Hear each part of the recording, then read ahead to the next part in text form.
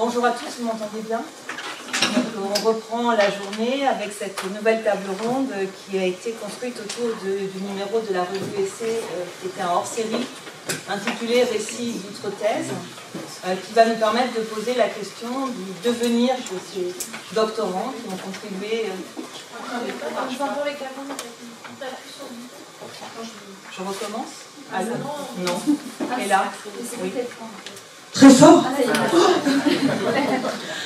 Donc, je recommence. Rebonjour à tous. Donc, on continue la journée anniversaire avec la table ronde organisée autour du numéro de la revue Essai hors série intitulé Récits d'outre-thèse, qui va nous permettre de poser la question du devenir des doctorants, donc nous permettre de réinscrire les travaux évoqués depuis ce matin dans la réalité de nos sociétés actuelles. Donc j'ai le plaisir d'avoir à cette table un certain nombre d'intervenants, donc dans l'ordre qui va être du plus proche de moi vers le plus éloigné, donc ça n'a aucune valeur de hiérarchie. Je vous présente Damien Larouquet, qui est l'un des contributeurs au volume et qui présentera peut-être sa contribution. Yves Mirmand, contributeur aussi au volume. Nathalie Jaët, qui est la vice-présidente de notre commission recherche et qui pourra jeter un éclairage peut-être plus institutionnel ou concret sur les questions que nous allons aborder. Emma Camoun, qui est aussi contributrice au volume Récits d'outre-thèse, et je les laisserai chacun présenter leur contribution. Anaïs Carrère et Marie-Gabriela Tascalakis-Labraise, que j'évoque toutes les deux en même temps, puisqu'elles avaient proposé un texte à deux voix. Et en visioconférence, nous avons Mathieu Perrault, qui est aux États-Unis, qui a aussi contribué à la revue, et Célia Christa, je crois, qui se trouve à Lyon, et qui est aussi présente aujourd'hui. Donc, j'ai préparé quelques questions comme on l'a fait pour les tables précédentes, mais bien sûr, dès que ça se présentera, nous pourrons interrompre les questions et passer au dialogue. Je vais, si vous me permettez, peut-être poser quelques questions aux intervenants, en commençant par ceux qui sont à distance, par crainte qu'ils disparaissent, ne sait-on jamais. Donc la première question toute simple que j'avais envie de leur demander, donc peut-être dois-je présenter ce volume qui avait pour enjeu d'approcher par le récit, donc une forme d'essai, par la forme narrative, la réalité de la vie doctorante et du devenir d'un docteur, cette fois-ci, puisque nous avons à cette table des docteurs, et non plus des doctorants. Enfin, on en a eu aussi des docteurs tout à l'heure, mais non, c'est au-delà du travail de la revue, donner par le biais du récit un aperçu de la situation des docteurs et docteurs en France et ailleurs. Et donc chacun a participé à sa manière, plus ou moins heureuse, à cet éclairage. Et je voudrais aujourd'hui leur demander, pour commencer, pourquoi ont-ils souhaité contribuer au volume? Alors peut-être que je vais commencer par Mathieu, parce qu'il est le plus loin, mais ça n'a aucune autre valeur que celle-ci. Mathieu. Alors, à chaque fois, si vous voulez bien, Mathieu, vous vous présentez rapidement, vous le ferez tous au moment de prendre la parole, merci. Bon anniversaire à la revue Essai, merci encore de m'avoir invité. J'aimerais beaucoup être parmi vous maintenant. Le ciel new-yorkais est un peu gris aujourd'hui et ça m'aurait fait plaisir d'être parmi vous en personne. Est-ce que vous m'entendez bien? Oui. Oui. Formidable. Alors juste, moi je suis assistant professeur de français à Lafayette College, une petite université de Pennsylvanie qui se trouve à peu près à 1h de New York, qui est charmante avec un très joli campus. Je suis arrivé là après 8 ou 9 ans d'enseignement aux États-Unis, qui n'était pas du tout la destination que j'envisageais au début, puisque je rêvais du Japon, je pensais me projeter au Japon, mais parfois la thèse nous emmène à des endroits où on n'imagine pas forcément au début. Donc voilà, donc j'ai fait comme beaucoup de collègues qui nous sommes suivis aux États-Unis en essayant de finir ma thèse comme je pouvais, tout en ayant une charge d'enseignement à plein temps, d'abord en Virginie pendant 4 ans à l'Université de Virginie, puis à Columbia University, et puis maintenant là où je suis. pourquoi est-ce que j'ai souhaité contribuer au volume? Je vais directement à la question parce que nous sommes nombreux et je veux que tout le monde ait la chance de parler. Moi, ce qui m'a séduit tout de suite, c'est vraiment cette invitation à, comme il est écrit d'ailleurs dans la première présentation des essais de la revue Essai, hein, l'héritage de Montaigne, c'est-à-dire, et je cite, une capacité à mettre à distance sa culture et sa formation. C'est comme ça que la revue Essai est présentée. Et c'est vrai que je trouvais cette invitation à la fois très originale et très libératrice. Hein, on trouve qu'il y a de plus en plus d'essais qui, justement, essaient de briser un petit peu le carcan académique pour présenter les choses. Et je trouve que cette liberté qui m'a été donnée de pouvoir exprimer, revenir sur mon parcours, de pouvoir exprimer de manière très libre ce que ma façon de voir le parcours académique et peut-être deux ou trois pensées sur l'académie, sur les universités, ça m'a semblé très libérateur, très sain, et donc c'est ce qui m'a tout de suite attiré. Voilà. Donc c'est tout ce que je peux dire pour l'instant, je développerai davantage, mais je veux que tout le monde ait la chance de parler. Merci encore.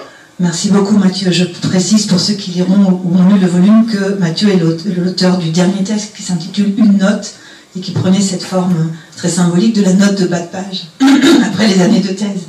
Alors Célia, est-ce que vous voulez bien répondre à votre manière aussi à cette première question? Pourquoi avoir choisi de participer, de contribuer à ce volume?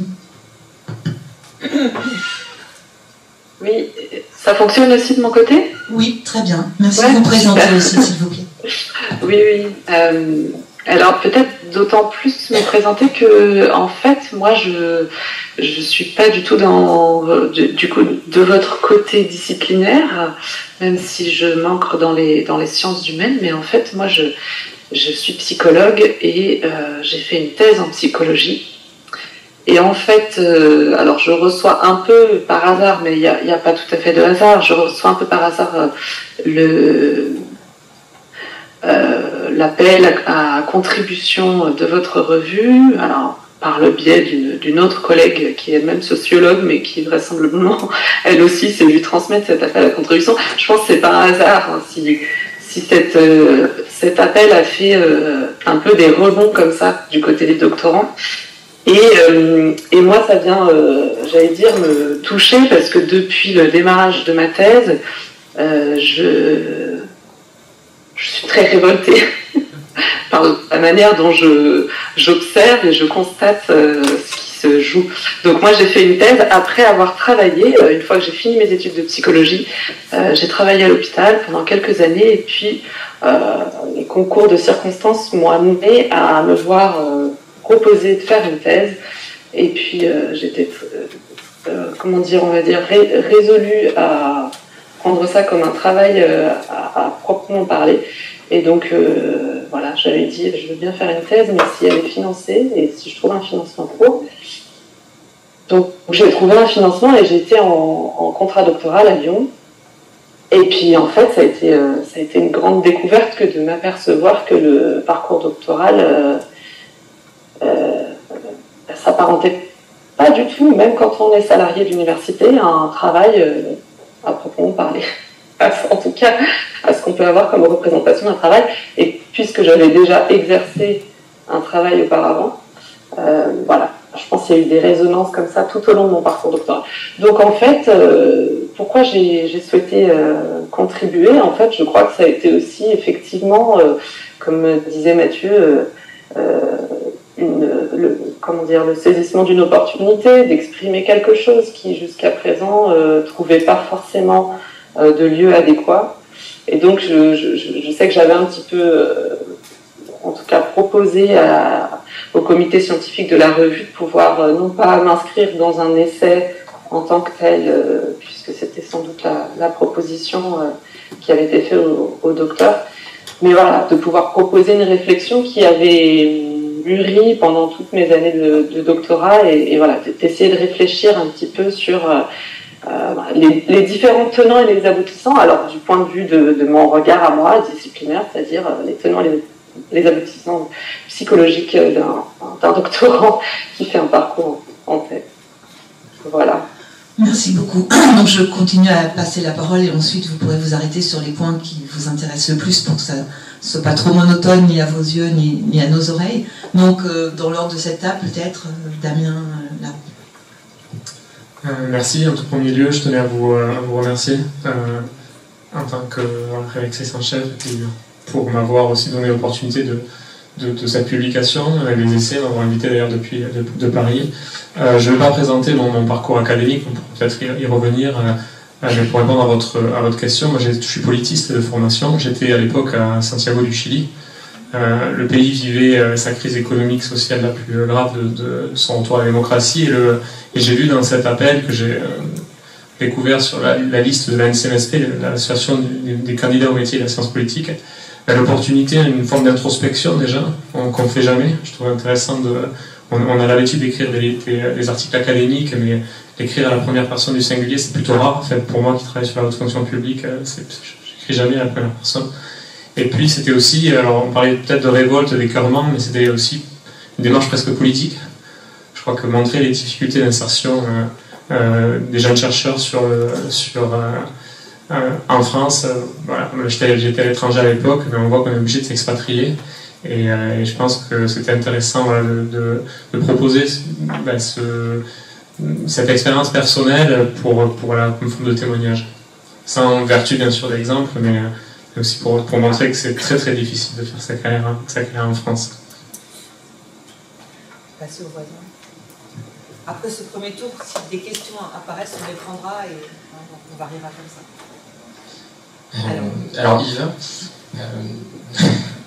j'essaie de ne pas redire un peu les mêmes choses, mais il y a peut-être une chose un peu différente, moi, qui m'avait attiré aussi. C'était la possibilité d'anonymat. Donc je suis anonyme pour le moment, c'est peut-être mieux ainsi. Parce que justement, les possibilités de ce numéro, ça permettait de dire des choses sur des formulations qui pouvaient gêner.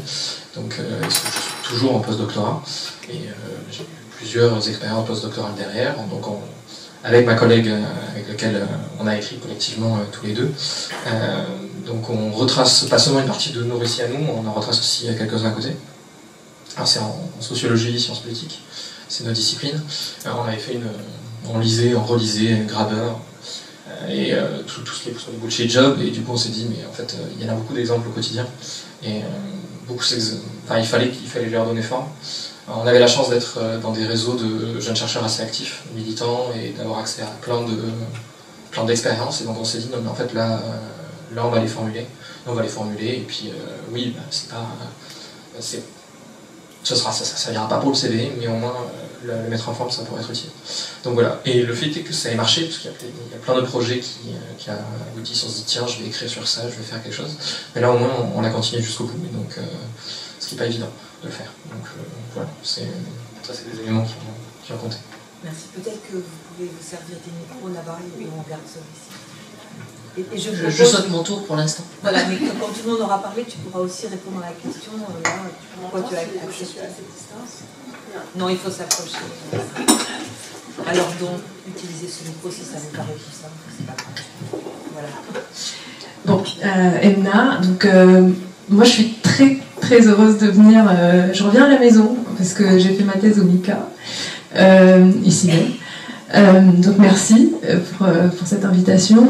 Le numéro est arrivé, enfin l'appel est arrivé pour moi à une jonction. J'étais en recherche d'emploi, je venais tout juste d'obtenir ma thèse et en fait je me suis dit ça c'est une occasion de clôturer vraiment après le manuscrit de thèse, clôturer, faire un truc qui part de ce parcours-là. Ça a duré 6 ans. Et aussi parce que cette thèse était une arrivée en France. D'ailleurs, je fête mes 10 ans en France aussi. C'est génial. Donc c'était aussi l'arrivée. Donc je me suis dit, c'est le moment de fermer ça. Et le hasard génial, c'est que à la fin de l'écriture de cet article, alors qu'il venait aussi de notes que j'ai écrites tout au long de la thèse. Donc c'est vraiment, je suis revenue à une forme de journal intime qui accompagnait ma thèse. Et je me suis dit, bon allez, maintenant, va falloir en faire quelque chose de lisible. Et en plus, vraiment les dernières semaines où il fallait rendre, j'ai été recrutée. Donc j'ai rajouté un tout petit paragraphe où j'étais vraiment exprimer ma joie de ce passage-là, d'une forme de consécration. Voilà, je précise que j'ai fait ma thèse sous sciences de l'infocom et avec une directrice de thèse en sémiotique. Et en plus, elle s'appelle thèse en design. Donc c'est vraiment l'interdisciplinarité à fond que j'ai vécue. Et donc j'ai été recrutée dans une école de design, dans une équipe de recherche incroyable dont je vous parlerai peut-être plus tard.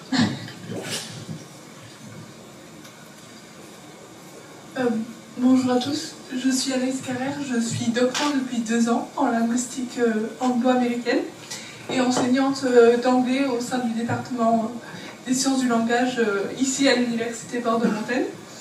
Alors moi, lorsque l'appel à communication est arrivé, j'étais en fin de thèse et en fin de contrat doctoral à l'époque et je trouvais assez intéressant que la revue propose cette thématique inédite de l'avenir des docteurs et des doctorants.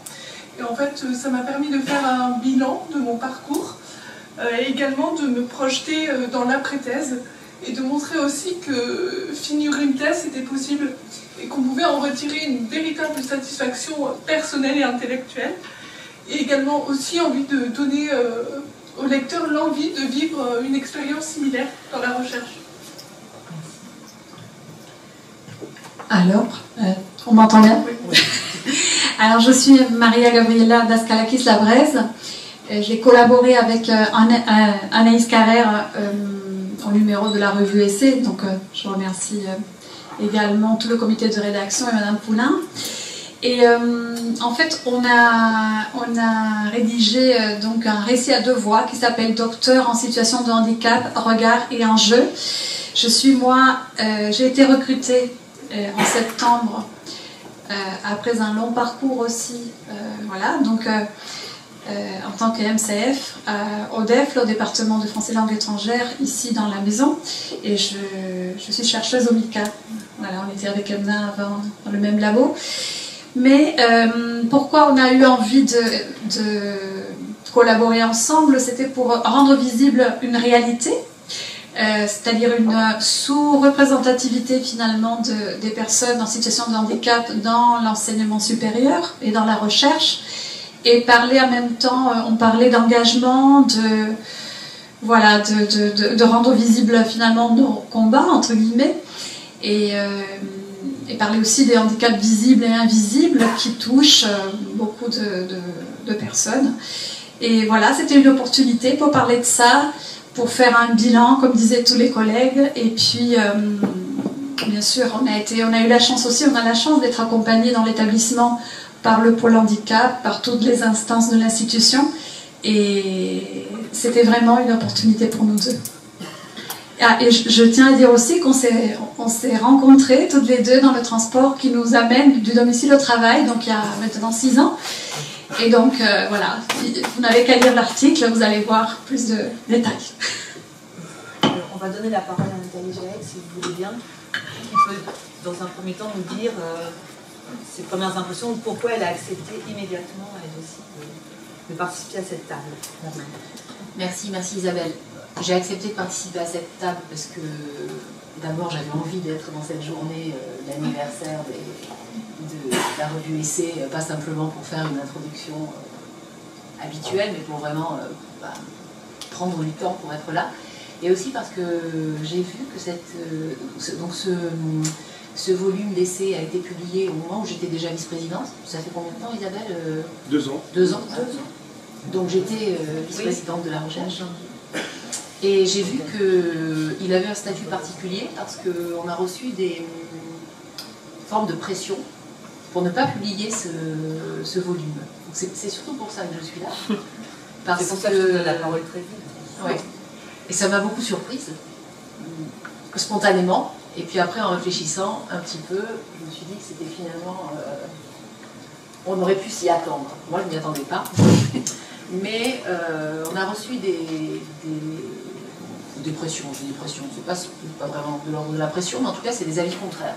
Des gens qui s'exprimaient pour nous dire qu'il ne fallait pas, à leur avis, publier. Il ne fallait pas qu'une université donne sa caution scientifique à ce volume, pour 2 raisons.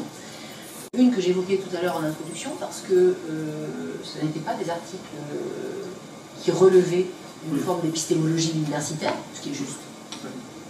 Enfin, c'est juste que ça n'est pas le cas. Pour moi, c'était presque une raison de plus pour le publier, mais on peut se mettre d'accord pour dire que c'est un volume qui ne correspond pas à l'épistémologie classique, à la méthodologie classique d'une prise de parole de scientifique. Et puis pour une autre raison, qui était celle de l'anonymat, où les gens qui souhaitaient ne pas voir publier ce volume trouvaient que, alors en prenant des arguments qui étaient un peu empruntés de manière que j'ai trouvé assez spécieuse à ce qui peut se trouver sur les réseaux sociaux par exemple, qui relevait de on parle de quelque part qu'il faut assumer parce que sinon, sous réserve d'anonymat, on peut dire absolument n'importe quoi. Donc l'idée de l'anonymat dans la prise de parole scientifique, elle aussi, posait problème. Donc j'ai pris la décision, puisque on était saisi d'une forme de demande d'interdiction de ce volume, de publier bien entendu ce volume, non seulement de publier, mais d'argumenter pour dire à quel point il était à mon avis central, et du fait de ce que j'ai dit, c'est-à-dire ce matin, une forme de mélange des formes qui pour moi relève complètement du dynamisme de cette revue-là, et puis aussi parce que dans le cadre d'une revue doctorale, après quelques années, faire ce genre de bilan, ça me semblait aussi tout à fait nécessaire. Donc aujourd'hui, c'est une forme de suivi, service après-vente du... On va... Si le micro pouvait revenir. Merci beaucoup. Alors, je vais redonner la parole, mais bien sûr, c'est ça qui est intéressant, c'est d'entendre et les raisons pour lesquelles les contributeurs ont contribué. Je pourrais éventuellement répondre aussi des raisons me concernant.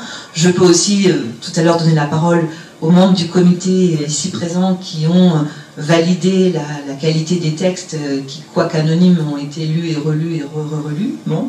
Mais en effet, c'est une question assez surprenante et à la fois à laquelle on pouvait s'attendre, c'est-à-dire que c'est un volume qui, au mieux, a provoqué le silence. Au pire, ces demandes d'interdiction. Alors, je ne sais pas si on peut évoquer peut-être pour commencer la question de l'anonymat, à moins que vous ayez envie d'intervenir, ou on continue comme ça pour l'instant. Donc simplement, moi j'étais... Ceux qui ne sont pas là sont gros pour le micro. Oui. J'étais pas en première ligne, parce que c'est le numéro qu'Isabelle a dirigé dès le début. C'est son idée, c'est vraiment quelque chose qu'elle a porté. Mais je suis très étonné parce que tu viens de le dire, j'ignorais en fait qu'il y avait eu cette polémique ou même cette demande d'interdiction. Je la trouve totalement, anachronique, quoi. Je n'étais pas déplacé, anachronique. Je la trouve anachronique. Je ne sais pas d'où. C'est important, je pense, d'en faire part. Parce que ça témoigne d'une certaine manière, à contrario, donc de la validité de cette démarche, du caractère polémique, justement au sens propre du terme, c'est ça qu'on cherchait collectivement, et de susciter quelque chose. Et on a eu des débats aussi par ailleurs intéressants aussi à la librairie Talence, et ça c'est la première chose.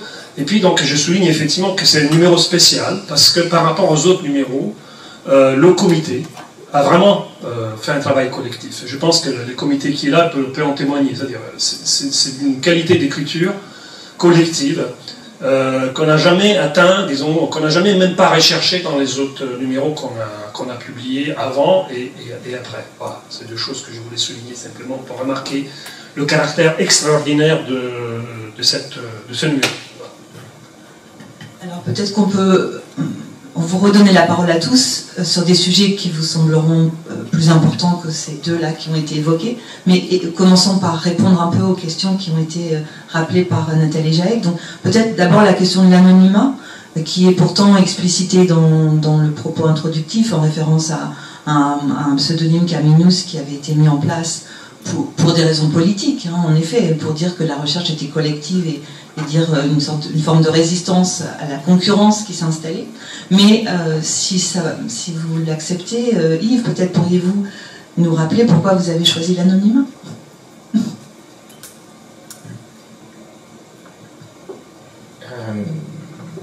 Les risques. On objectivise des conditions de travail que l'on vit. Enfin, je veux dire, après, on cible, il n'y a aucun nom, il n'y a aucun prénom qui est désigné derrière. Après, on peut retrouver un peu les expériences. On ne dit pas si c'est nous ou si c'est d'autres personnes qui l'ont vécu. Donc oui, les protections sont renforcées. Et de la même manière que dans nos enquêtes en sociologie, on anonymise nos enquêtés, là il se trouve que quand nos enquêtés c'est nous-mêmes, en partie, et quand on témoigne de conditions de thèse, on est nos propres enquêtés. Donc voilà. Enfin, il y a des... L'anonymat est à double tranchant. Hein. Enfin, je ne peux pas utiliser ce travail. Enfin, je veux dire, et je vois bien les risques que ça comporte derrière, mais n'empêche, ça a une utilité. Ce qu'on dénonce, enfin on dénonce, non, c'est... L'article a été fait de manière à déjà décrire, ce qui est déjà pas mal, objectiver certains éléments, et après, une fois qu'on peut l'interpréter, et voir ce qu'il dénonce derrière. Et oui, on sait que ça peut engendrer des conséquences derrière, quoi. Donc, ça permet de répondre un peu à la deuxième question, que retirez-vous de l'expérience, quoi. Voilà, passons à cette deuxième question. Donc oui, plaisir de continuer à travailler un peu en sociologie des sciences, parce que c'est un peu ma spécialité encore aujourd'hui, donc de le mettre derrière. Après, l'exercice est un peu délicat, parce que c'est pas une sociologie du travail qui a été menée, donc quel est le statut de ces textes? Donc c'est un peu... Mais ça reste un bon rappel. Vu que c'est nous-mêmes qui sont les premiers concernés, je relis mon propre texte, là je l'ai encore relu dans le train en me disant, bon, le texte que moi et ma collègue on a écrit ensemble, et du coup je me suis dit, mais en fait oui, il y a des trucs sur lesquels ça a une bonne piqûre de rappel, quoi. Je l'ai écrit et je l'ai un peu oublié, là je le remets à terre, en fait ça remue. Et à partir du moment où ça remue, là on se repose la question de l'anonymat. Mais j'y reviendrai peut-être plus tard. Si, je veux juste ajouter une chose.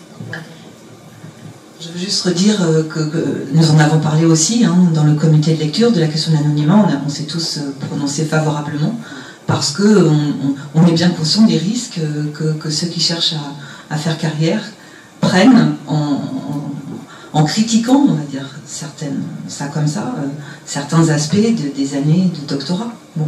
Donc c'est un risque. Et moi j'avais été très choquée, je l'ai su, cette réaction contre l'anonymat. Et j'étais très choquée parce que pour moi ça témoigne d'une grande ignorance de ce que vivent actuellement les docteurs en France. C'est-à-dire que c'est difficile et que c'est pas parce qu'on a des difficultés à trouver un avenir, notamment dans l'université, il faudrait se taire. Voilà, c'est ça en fait, il faudrait se taire, puisque la petite chance qu'on a peut-être d'avoir un poste dépend de son silence et de son abnégation. Donc voilà, moi j'ai trouvé ça assez violent comme réaction, mais je te remercie de l'avoir rappelé.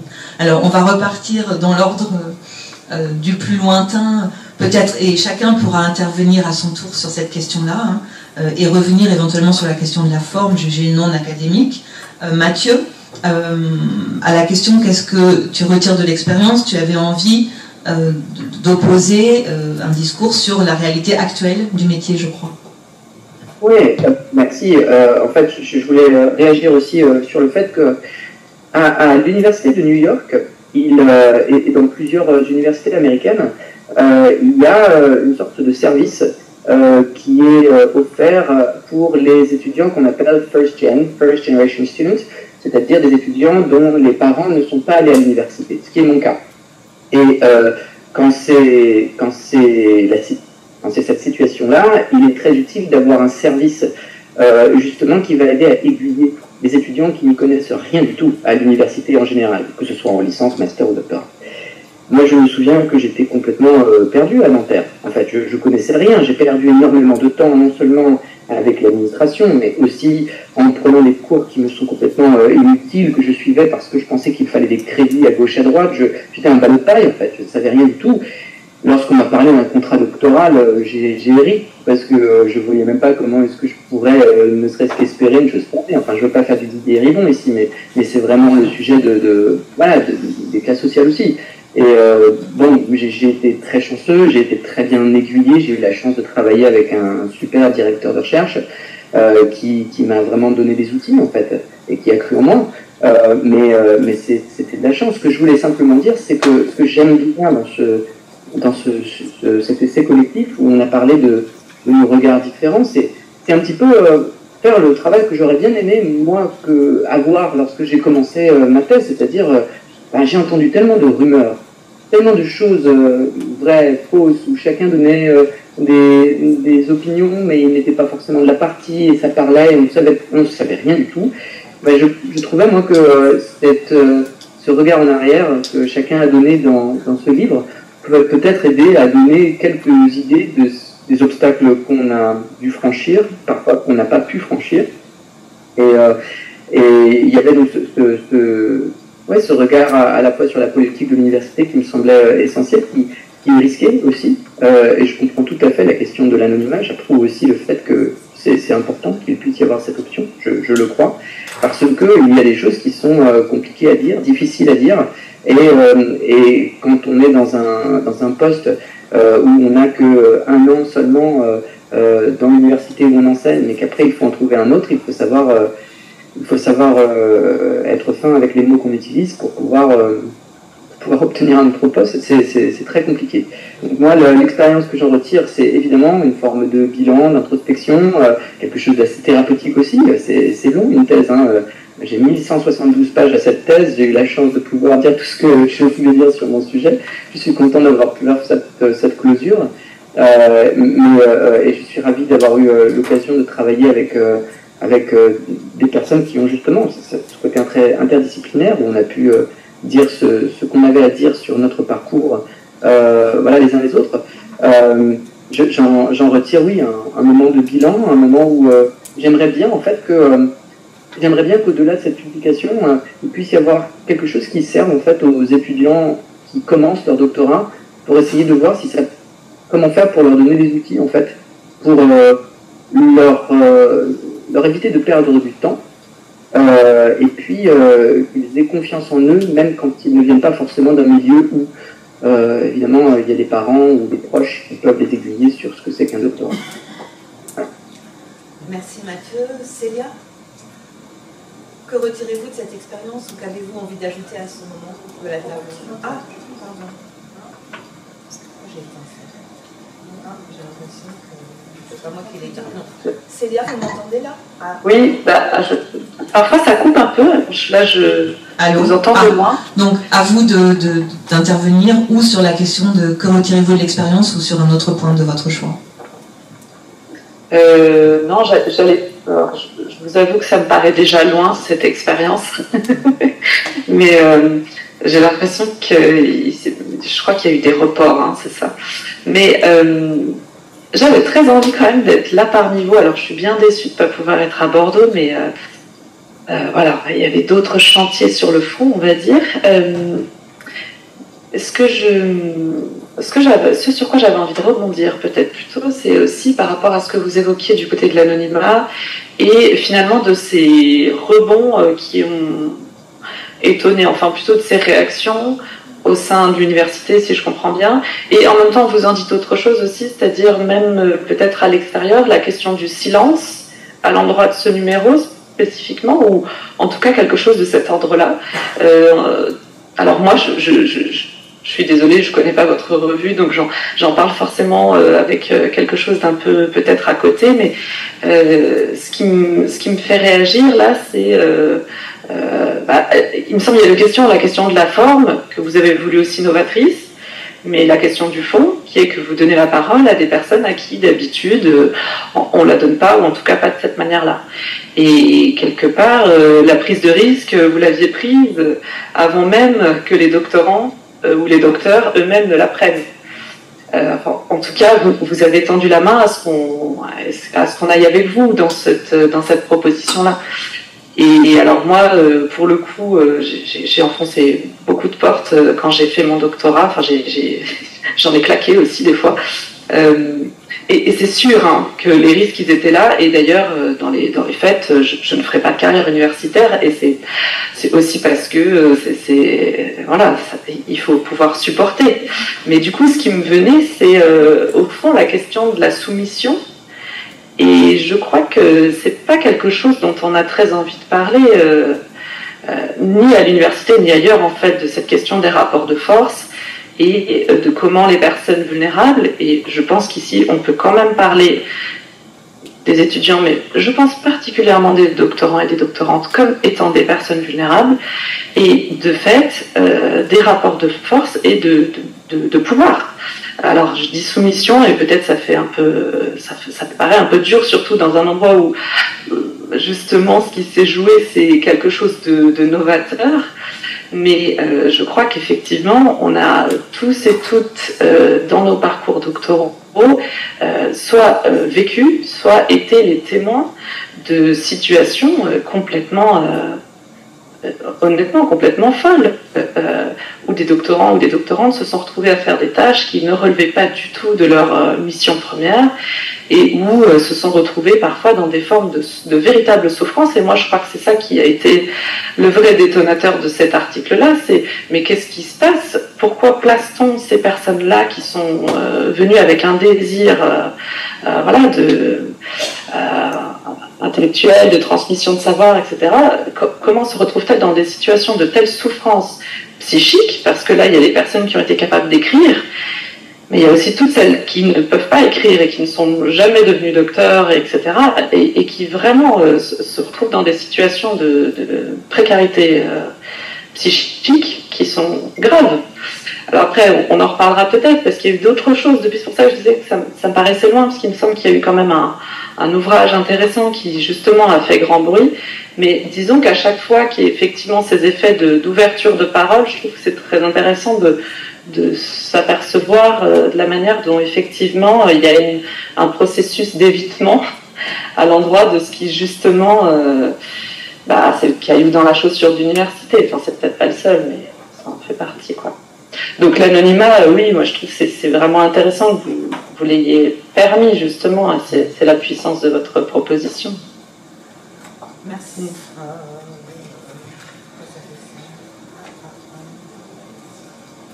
Bon. Ça y est. Merci.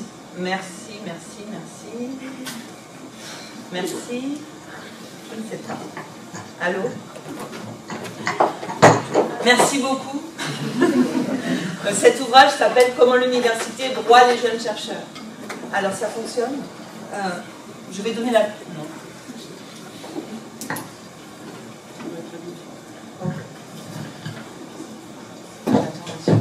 Alors, en attendant, je vais donner la parole au suivant. Je tiens à dire qu'il ne s'agit pas de faire de cette table ronde un moment de sinistrose. Je pense que ce qui nous a motivés dans la revue, c'est plutôt de pouvoir dire les choses et de revendiquer des choses au nom de l'intérêt qu'on prête à la formation doctorale. C'était le point de départ. Mais cet intérêt n'a pas pour conséquence absolue de taire les choses un peu plus désagréables. Donc c'était un des aspects aussi qu'il ne s'agissait pas de censurer. Donc je fais circuler la parole. Et en effet, la question de la souffrance, dont on dit très souvent, mais quand même à l'université, on ne peut pas parler de souffrance au travail, et peut-être que si parfois, la parole tourne. Vous m'entendez? Dès le premier paragraphe, il s'avère que, je le précise aussi, j'ai beaucoup hésité à utiliser l'anonymat. Et d'un autre côté, et c'est aussi délicat de le dire publiquement, mais ma trajectoire est si singulière que ça allait sonner faux à un moment donné. Il fallait que je pense assumer ce que j'avais envie de dire, d'autant plus que beaucoup de mes collègues ignoraient aussi ma propre trajectoire en fait, universitaire. Moi, alors ça va faire soit de la fausse modestie ou un orgueil mal placé, mais c'est vrai que je pense que je suis de ceux qu'on appelle les transfuges de classe. J'ai grandi dans un petit village de Pyrénées, fils d'agriculteur. Et voilà, j'ai fait des études sur critères sociaux, boursiers, dites d'excellence. Et finalement, tout m'est reproché. Je suis diplômé de l'IEP de Paris. J'ai fait mon ATERA à Paris 2. Et lors de mes premiers recrutements, processus de recrutement, on m'a reproché d'avoir eu une carrière élitiste, de ne pas pouvoir m'adapter aux élèves de l'université du sud de la France dont je tairai le nom, et tant et si bien que j'ai été obligé de m'exiler, de m'expatrier. Alors un peu, je suis latino-américaniste, je suis spécialiste de l'Amérique latine, et je me suis donc retrouvé en postdoc au Chili pendant 2 ans, et suite à quoi c'était assumer cette position avec cette idée que c'était très très difficile de revenir en France. J'ai décidé de revenir pour plusieurs raisons, parce que je suis attaché au service public aussi. J'ai décroché 3 postes universitaires en Amérique latine que j'ai refusés. Parce que ma vie est ici, mes parents, ma famille est là, je ne le dis pas dans le texte, mais je vais au-delà ici aujourd'hui, j'ai beaucoup aussi sacrifié pour la recherche, j'ai été marié, je vais me remarier, j'ai divorcé, ça a un coût de s'investir sur ces études qui sont très longues. Alors si c'était à refaire, effectivement, moi j'ai passé, je pense, 5 ans, il y a beaucoup de jeunes doctorants ici, les 5 ans de thèse ont été, sur le plan intellectuel, les années les plus exaltantes de ma vie. Je pense que il faut le dire, là, si vous avez la chance d'être financé, au moins en partie, c'est quand même des années qui sont géniales. Mais après, le moment du retour, de l'après-thèse est compliqué. Et on m'a aussi reproché, après mon caractère interdisciplinaire, j'ai travaillé pendant 2 ans, moi je viens de la science politique, en 04, mais j'ai travaillé pendant 2 ans à la revue Hermes, au CNRS, qui est une revue d'Infocom, et je suis latino-américaniste et j'arrive pas à être qualifié en 14 parce qu'on me reproche de n'avoir jamais enseigné l'espagnol. Donc il y a toujours, et après je travaille sur l'État et pas sur les mouvements sociaux, donc c'est pas les dynamiques forcément les plus porteurs. Et tout ça fait qu'en fait si on rentre pas effectivement dans les cases, c'est très difficile de pouvoir s'insérer. Et bon, après je vous dirai où j'en suis du coup maintenant. Mais c'est pas assez, voilà. Merci. Je passe la parole. Emna, alors vous êtes obligé d'utiliser ces micros.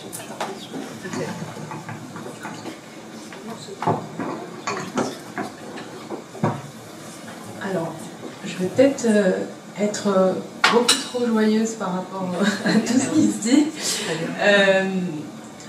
Alors, franchement, moi, les souffrances, je les ai vécues plus sur l'aspect de qui je suis. En fait, les questionnements que j'ai eus au lycée, je les ai re-eus ici, en arrivant. C'était quelle légitimité j'ai à être ici. C'était vraiment ça, et c'est ce que m'a apporté aussi le fait d'écrire cet article, parce que tout au long, en fait, plus on plonge dans les bibliographies et plus il y a des choses qui résonnent avec notre propre expérience de vie de tous les jours. Et alors moi j'ai eu beaucoup de chance parce que je suis venue avec un financement européen, c'est un Erasmus Mundus pour les échanges Nord-Sud. J'ai eu 3 ans de financement qui était quand même exceptionnel, donc je vivais super bien. Pour vous dire, j'étais salariée en Tunisie avant de venir et la bourse était le triple de mon salaire, quoi. C'était génial. Donc voilà, donc pour moi c'était méga chance, je vais être payée à faire de la recherche, c'est top. Alors le versant c'est que j'étais jamais prioritaire pour donner des cours, donc j'ai pas donné de cours non plus. Sauf que les thèses en humanité, 3 ans c'est pas vraiment possible. Enfin, je l'ai appris un peu tard, malheureusement. Et donc, les 3 ans d'après, parce que ça a duré 6 ans, j'ai fait tous les petits boulots. En fait, je suis passée de méga inconfortable à 0. Et alors ça, c'était vraiment bizarre, parce que au bout de 3 ans de thèse, intellectuellement, on est à fond, et on se retrouve à plier des fringues, à faire de l'hôtesse d'accueil, voilà, enfin... Et cette déconnexion-là, c'est ça que j'ai voulu aussi écrire, en fait. C'est de ça que j'ai voulu parler. C'est ce que ça m'a apporté, en fait. C'est comment prendre du recul à chaque fois où on est dans une situation, comment prendre du recul très loin et écrire de cette manière-là, en mode récit. C'était la première fois que je faisais ça aussi. Maintenant, je le conseille à tous les doctorants qui me croisent. Faites ça, écrivez à côté, faites un truc, écrivez sur ce que vous ressentez quand vous lisez un truc scientifique et que vous ne comprenez pas tout. Écrivez, parce que ça va faire du bien, puis ça va faire réfléchir aussi sur votre légitimité à avancer, parce que on voit quand on a écrit il y a quelques mois quelque chose, et puis maintenant on maîtrise un peu plus. Donc voilà, c'était un énorme apport pour moi, c'est cette réflexivité que ça apporte. Maintenant, j'utilise beaucoup dans le travail et on pousse beaucoup ça, même pour les doctorants qu'on encadre.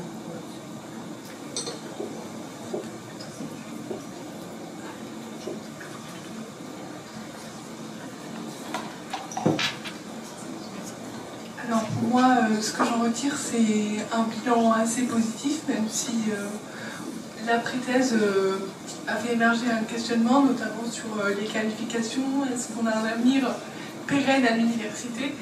Mais malgré tout, je trouve que la thèse, c'est une aventure qu'on ne vit qu'une fois, avec bien sûr des turbulences, mais aussi beaucoup de joie. On est dans une émulation intellectuelle très intéressante. Lorsqu'on a la chance aussi d'enseigner, on est au contact des étudiants et on peut quand même leur communiquer la joie de la recherche, même si c'est forcément complexe, on le sait tous, mais pour moi, je n'en retire que du positif. Surtout, 2 ans après, je suis toujours en poste ici et je continue des activités de recherche, donc ça me conforte que cette aventure, elle est quand même très positive malgré tout. Alors, et donc, moi, qu'est-ce que je peux ajouter à tout ce qui a été dit? Bon, personnellement, l'expérience de coécriture, ça a été cathartique, si on peut dire ça comme ça. On a coécrit, on va dire, l'esprit de l'article, mais après, chacune a donné aussi son parcours. Il se trouve qu'Anaïs travaille sur l'Amérique du Nord, moi sur l'Amérique du Sud et sur la France aussi. Je me sens aussi, je m'identifie au récit des collègues parce que je ne rentre pas non plus trop dans les cases. Moi, ça fait 16 ans que je suis en France, je suis argentine et donc j'ai dû aussi, pas batailler, mais faire plein de choses, donc passer un concours d'espagnol alors que c'était pas ma discipline de départ. Donc j'ai été PRCE au DEF avant de passer le concours, etc. Donc voilà, il y a eu plein d'obstacles, mais je crois qu'on le dit dans l'article avec Anaïs que le parcours du doctorant, c'est un peu, on fait un parallèle avec la situation de handicap, c'est-à-dire on a une compensation et puis on peut travailler comme tout le monde. Il y a des souffrances, mais il y a des moments de joie, d'explosion de joie, quand on découvre un auteur, quand on comprend. Et toute cette histoire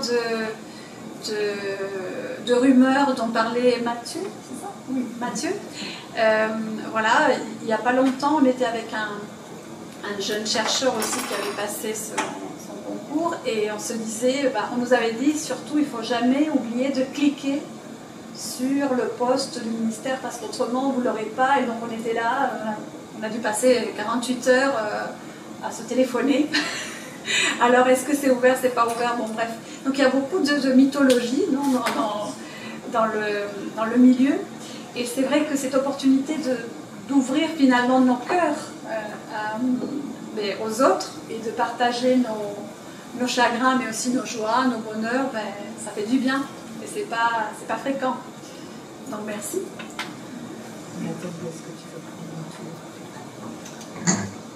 Je veux bien prendre mon tour, même si c'est injuste, parce que pour le coup, je pense peut-être qu'il y a beaucoup de gens ici qui aimeraient dire des choses, mais dans la position dans laquelle je suis, j'ai ce privilège-là qui n'est pas dû à... Mais en même temps, peut-être pas, parce que je crois que si moi j'ai eu envie de devenir vice-présidente de recherche de cette université, alors que par plein de côtés, alors que j'adore mon métier d'enseignante-chercheuse et que je n'avais pas une envie folle de devenir, d'occuper un poste administratif, je pense que essentiellement c'est parce que j'avais envie de défendre l'université. Et ça ne me quitte pas. Alors on peut dire, ok, pourquoi je dis ça? Parce que pour moi, défendre l'université, ça ne veut certainement pas dire masquer une difficulté qu'il peut y avoir. Au contraire, ça veut dire faire tout ce qu'on peut pour améliorer les choses. Je passe sur ce qu'on a essayé de faire pour les améliorer, mais ça fait partie ça fait partie des choses qui nous animent. Mais quand même, il y a eu, il n'y a pas longtemps ici, une journée, je voudrais dire deux choses essentiellement. Il y a eu ici, il n'y a pas longtemps, une journée à l'initiative de Sandro sur la liberté académique. Et dans ce contexte-là, je disais, d'une manière bon, aussi plutôt joyeuse et optimiste, parce que je dois dire que mon sentiment majoritaire sur cette université, sur l'université en général, je viens d'une jeune parcours. Ma mère est coiffeuse, mon père mécanicien. Et c'est quelque chose qui n'a... Enfin, bref, mon premier sentiment, c'est un sentiment d'extrême attachement politique à cette institution.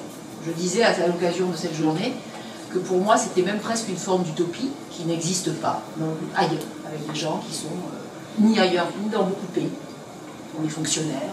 Je développe pas ça, mais pour moi, c'est un endroit extrêmement important et de grande liberté. Et pour autant, tout ce que vous dites, évidemment, est là. Mais, donc voilà, moi j'ai toujours eu du mal, je dois dire, parce que c'est il faut, puisqu'on est là en tant que soi-même, que moi je n'ai jamais ressenti, au-delà des difficultés de vie, qui pour moi n'ont pas grand-chose à voir avec l'université, mais avec des difficultés de vie, de positionnement par rapport à des hiérarchies. Je n'ai jamais ressenti ici des choses que j'ai vues par ailleurs, que j'ai vues s'exercer, c'est-à-dire des stratégies de soumission, de domination. Je les ai vues, mais pour moi, et donc je ne les nie pas, hein, absolument pas, et je ne pense pas non plus que certains en sont victimes parce qu'ils auraient une quelconque faiblesse et que d'autres y échappent parce qu'ils auraient une quelconque force. C'est pas du tout ce que je pense. J'ai été témoin de ça, mais au fil des ans, les personnes avec qui j'ai été le plus amenée à discuter de ces questions, c'est en réalité mes collègues, qui ne sont pas les doctorants, mais qui sont les maîtres de conférences et les professeurs, et qui finalement disent des choses qui sont sensiblement identiques. Et ça, par contre, ça m'a toujours beaucoup questionné. C'est-à-dire des gens qui sont professeurs ou maîtres de conférences, qui sont donc dans un statut, comment dire, extrêmement libre, et qui pourtant parlent à l'université, justement ne parlent pas. Cette histoire du silence, pour moi, elle a toujours été incroyable, et ça peut être l'une des raisons qui me font me disputer avec mes collègues. Ou régulièrement, des gens qui me décrivent des situations de soumission, soit entre PR, mais je parle de là, mais un qui est plus gradé, un qui est un mandarin, un qui aurait plus de ceci, qui pourrait des choses pour notre carrière. C'est pas des questions, c'est pas parce que ces gens sont en quelque sorte vénaux et ont envie de jamais prendre de risques, c'est une espèce d'institutionnalisation ou d'internalisation de ce que on resterait à sa place. Et ça, et qu'on souffrirait de ne pas pouvoir dire ceci ou cela. Bon, alors, je vois, je ne sais pas ce que vous en pensez, mais moi je vois que ça n'est pas une question que je juge spécifique au doctorant. Et si, dans un statut de doctorant où il y a le souci de l'emploi qu'on va pouvoir avoir, on peut le comprendre et le théoriser, je vois très bien que ce sont des dynamiques qui se reproduisent et qu'on internalise très longtemps ensuite. Pas tous, mais certains. Pourquoi, je n'en sais rien. Pour une fois, j'ai pas... Mais c'est quand même quelque chose qui m'inquiète beaucoup à l'université, surtout dans les statuts élevés, à quel point cette liberté qu'on a, elle est parfois extrêmement difficile à mettre en œuvre. Et voilà. Je ne sais pas si ça répond tout à fait à la problématique, mais moi c'est ça que ça m'évoque. Alors on va faire un dernier tour et donner la parole. Il faut me repasser le micro. Je suis désolée. Vous n'avez pas de baladeur, micro-baladeur? Vous m'entendez là? Oui? Non? Oui? Non? Comment ça se fait?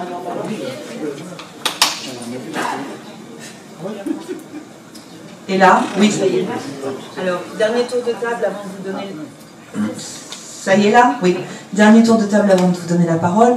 Moi, je voudrais juste dire que personnellement, quand j'ai lancé ce numéro, je n'avais pas du tout la sensation de prendre le moindre risque, parce que je suis professeure titulaire et j'exerce absolument ma liberté.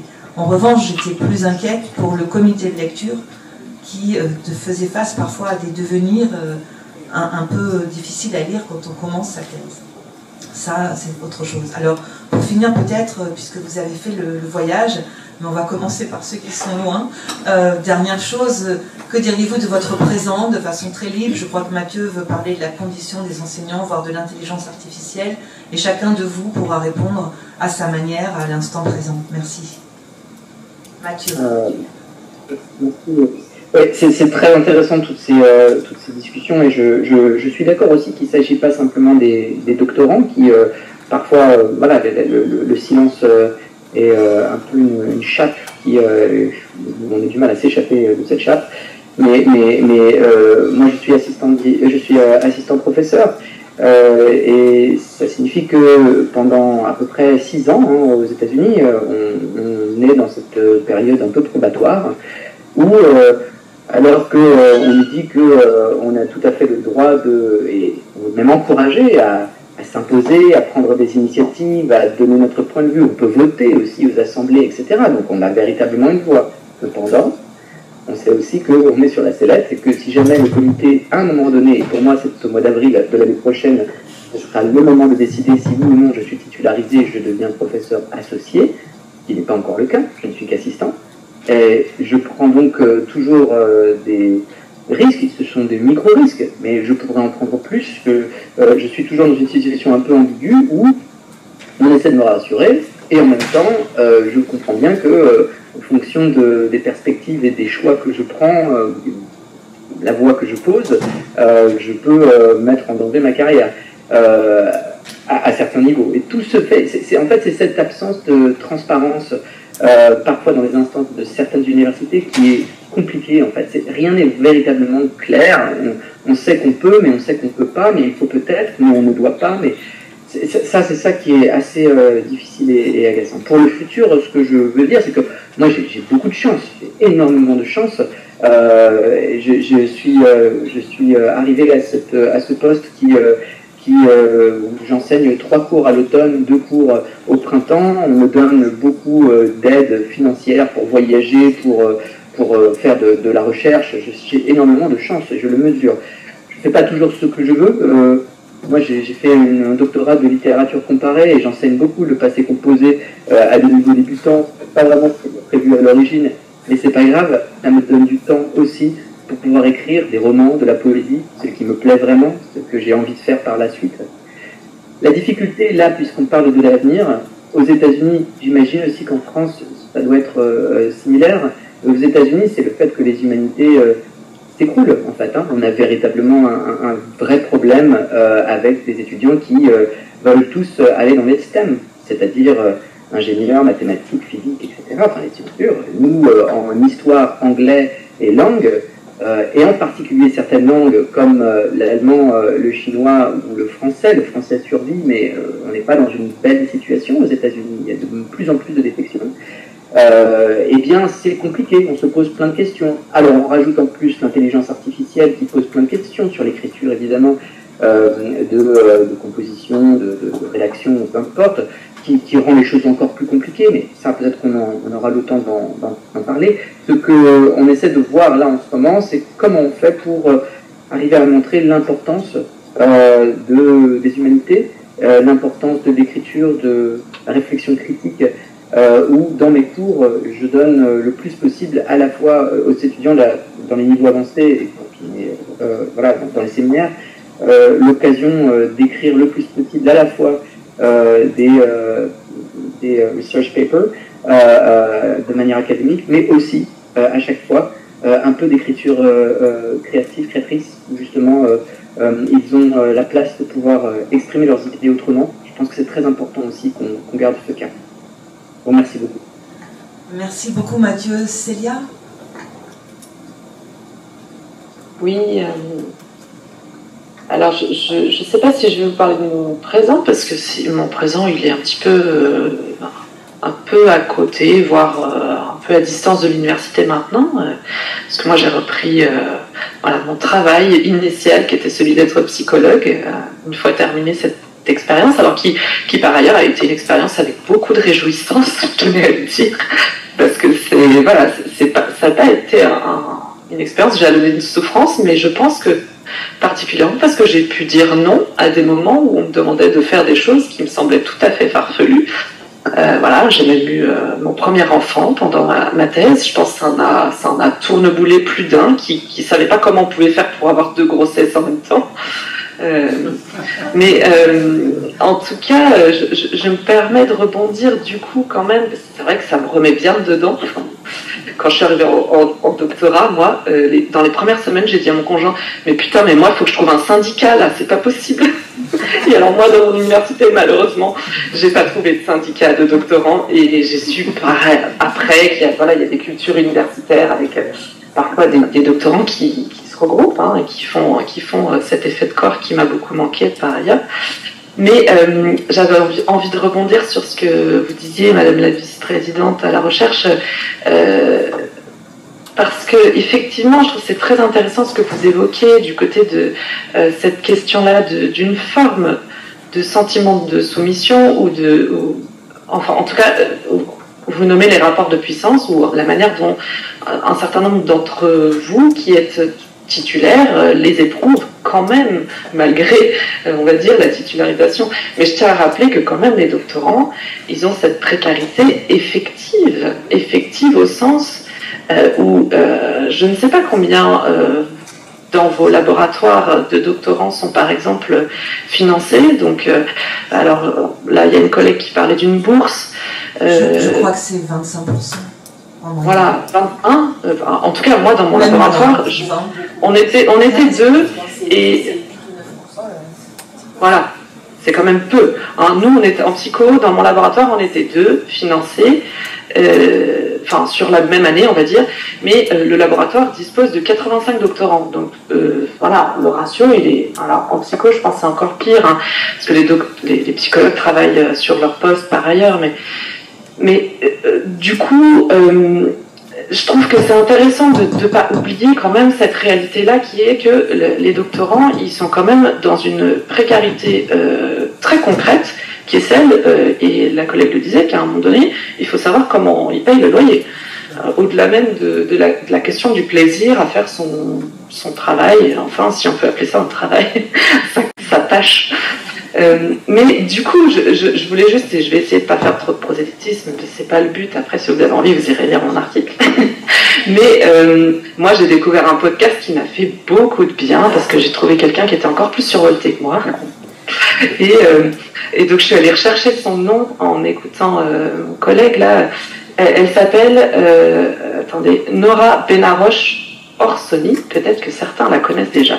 Et elle a fait un podcast en 4 épisodes et qui est vraiment, vraiment très puissant, moi je trouve, parce qu'elle donne notamment la parole aux personnes dont vous parlez, c'est-à-dire les maîtres de conférences, voilà, des enseignants, et qui vont dire aussi ce qu'ils éprouvent à l'endroit de certains, on va dire, comment on pourrait le décrire,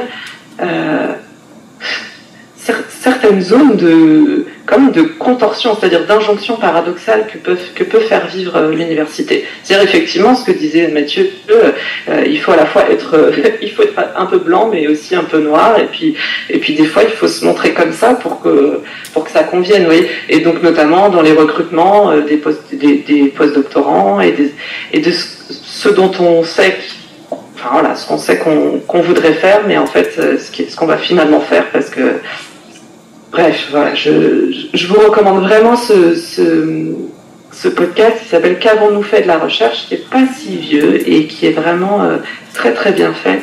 Et c'est sûr, on sent bien évidemment, on sent toute la souffrance d'un parcours doctoral derrière, mais aussi toute la question de ce qui vient s'y jouer identitairement et pourquoi à un moment donné on va avoir cette forme d'accroche à une université. Et je veux dire, le nombre de doctorants qui commencent une thèse et les nombres de doctorants qui, in fine, vont avoir des postes. Alors, heureusement qu'il y a des gens qui sont là pour nous montrer qu'il y a des fins heureuses, mais quand même, là aussi, on pourrait essayer d'aller chercher des chiffres. Je pense que les fins heureuses, quand même, sont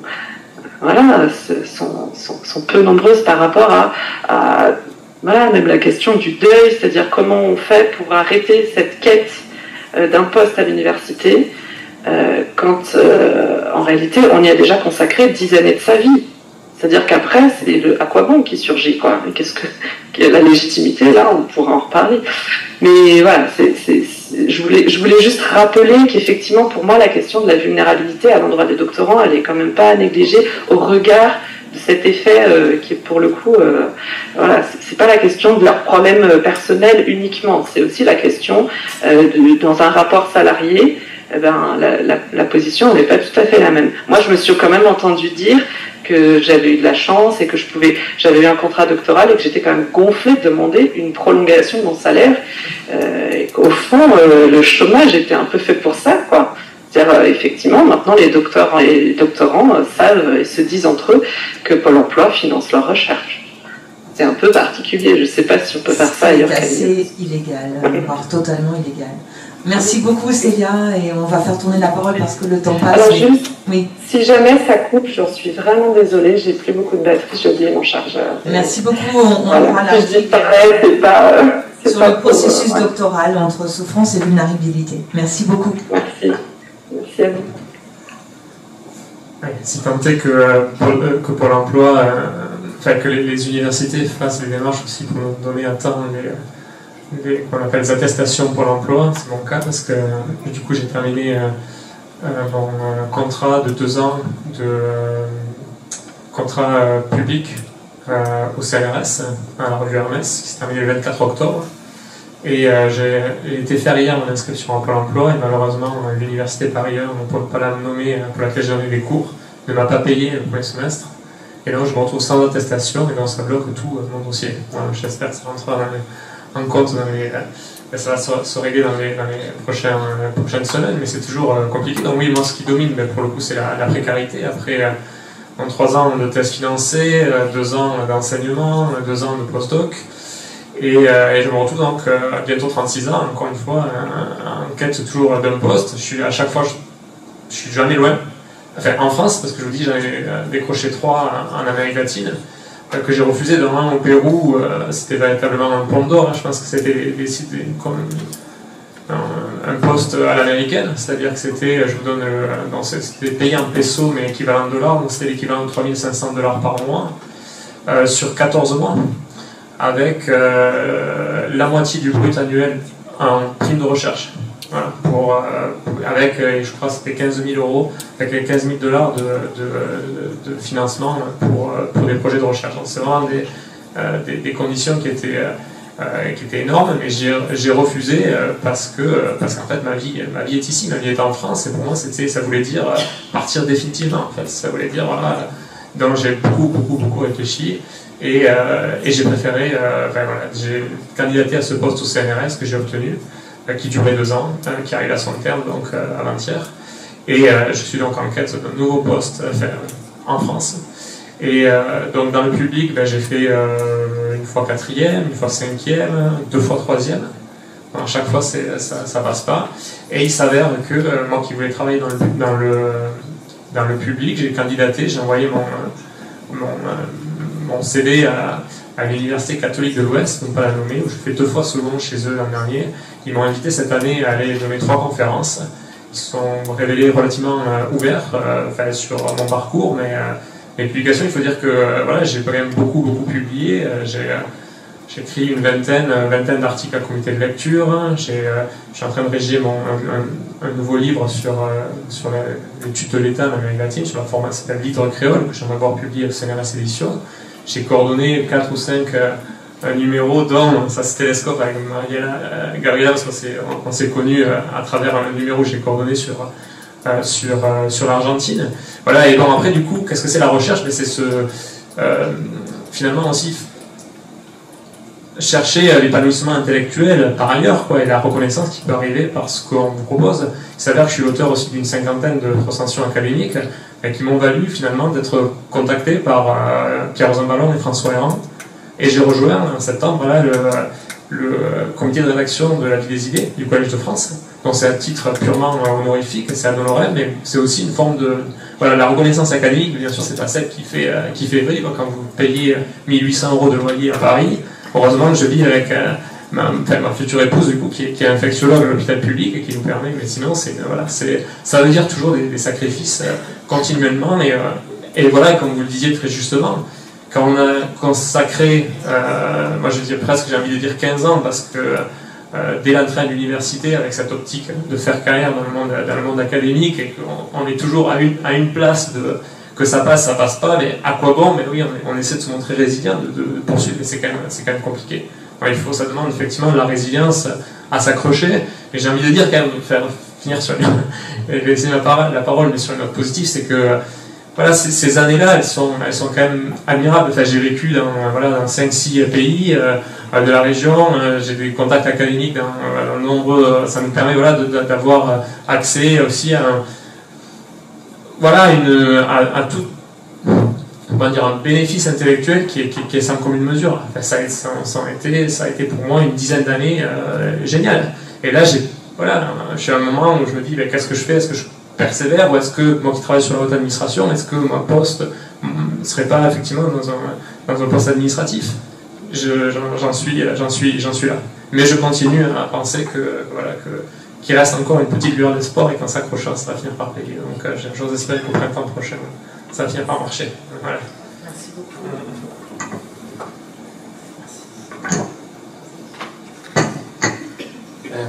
Moi, je vais rebondir sur ce que disait Célia. Il y avait 2 points qui m'ont beaucoup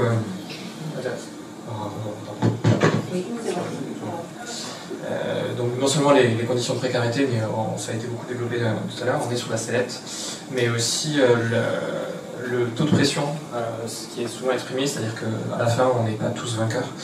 Alors vainqueurs, perdants, c'est des catégories un petit peu friables aussi, mais en tout cas, il y a beaucoup de candidats pour très peu de postes, et donc du coup, on est non seulement sur la sellette, mais aussi on a peu de chances de réussir à la fin.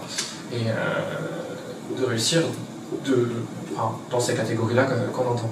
Alors après, le taux de pression, il varie selon les disciplines. Pour ceux qui ça intéresse, il y a des sections de CNU qui bossent sur ça, qui essaient de donner des statistiques. Il y a des rapports qui sont donnés sur comment ça fonctionne dans quelle discipline, dans quelle autre. Donc ça, c'est important. Et après, donc, le deuxième point qu'a évoqué Célia, les collectifs. Alors, il n'y a pas de syndicats de précaires, en effet, mais il y a des associations de précaires qui existent à des niveaux locaux et nationaux, dans différentes disciplines, des fois sur des sous-sections, donc il y en a plusieurs qui existent. Et donc, non seulement ça existe, mais en plus, il faut les soutenir. Et alors, les comités sont, je vais revenir, c'est un peu running, mais bon, les bureaux de ces associations-là sont souvent anonymes, ce qui ne veut pas dire que c'est inaccessible, mais c'est quelque chose qui existe. Et donc, ces associations, menées par des précaires pour des précaires, tentent de donner un petit peu de collectif à ces conditions. Voilà, sur ce point de vue-là. Et donc, quel devenir envisagez-vous des conditions? Peut-être que ça va aider pour la suite. J'espère. Je crois que ça va aller, mais vous en avez un. Alors moi, je vais revenir un tout petit peu avant le présent pour dire que je n'ai jamais voulu faire cette fameuse qualification tellement ça m'a fait peur. Et je me suis dit, bon ok, moi j'ai entendu plein de discours comme ça pendant ma thèse et je me suis dit, bon ok, c'est pas pour moi. Je finis ma thèse et puis je vais aller travailler dans le monde du privé. Je veux pas, c'est très dur, je vois que c'est souffrance, machin. Autre chose, en étant étrangère, une fois qu'on a obtenu notre diplôme en France, on a 6 mois pour trouver du travail. Sinon on rentre, sinon on demande un renouvellement de 6 mois, sinon on rentre chez soi et on ne peut plus revenir. Et ça, c'était le truc le plus angoissant pour moi parce que je me sentais bien. Et que je ne me voyais pas revenir dans ma vie d'il y a 7 ans. Voilà. Donc je me suis dit, pas de qualification, je ne vais pas rentrer dans ce truc où je vois il faut attendre 4-5 ans pour avoir un poste. Je vais revenir travailler après tout, je suis designer. Avant de commencer la thèse, je me suis nourrie, j'ai grandi, c'est super. J'ai eu un regard qui a été modifié. Je suis sûre que ma pratique va être super mieux. Donc je vais postuler dans le monde du design, voilà, pour des postes Bac+5. Et c'est pas grave. Et la thèse, ce sera pour moi. J'ai grandi. Et en fait, en cherchant comme ça du boulot les premiers mois, je tombe sur cette annonce de cette école de design privée qui s'appelle Strat, qui cherche un poste de recherche, vraiment un truc jeune docteur, dans discipline voisine du design, alors que moi j'étais en design, genre waouh, c'est super. Et à la fin, il y avait, si en plus vous êtes designer, c'est un petit plus. Je fais, bah c'est bon, c'est mon poste. Donc voilà, ça a été comme ça. Je me suis dit, bon, moi j'ai dit que je voulais plus faire de la recherche, que je voulais être, je disais, dans la vraie vie. Je voulais faire des projets, délivrer des trucs vite, ne pas réfléchir pendant des années sur quelque chose. Et donc je me suis dit, bon, je vais postuler et on verra. Et en fait, la rencontre avec cette équipe a été une révélation parce que école privée, donc assujettie à du fric, assujettie à faire du chiffre aussi, donc que des projets avec des industriels ou des grandes entreprises, machin.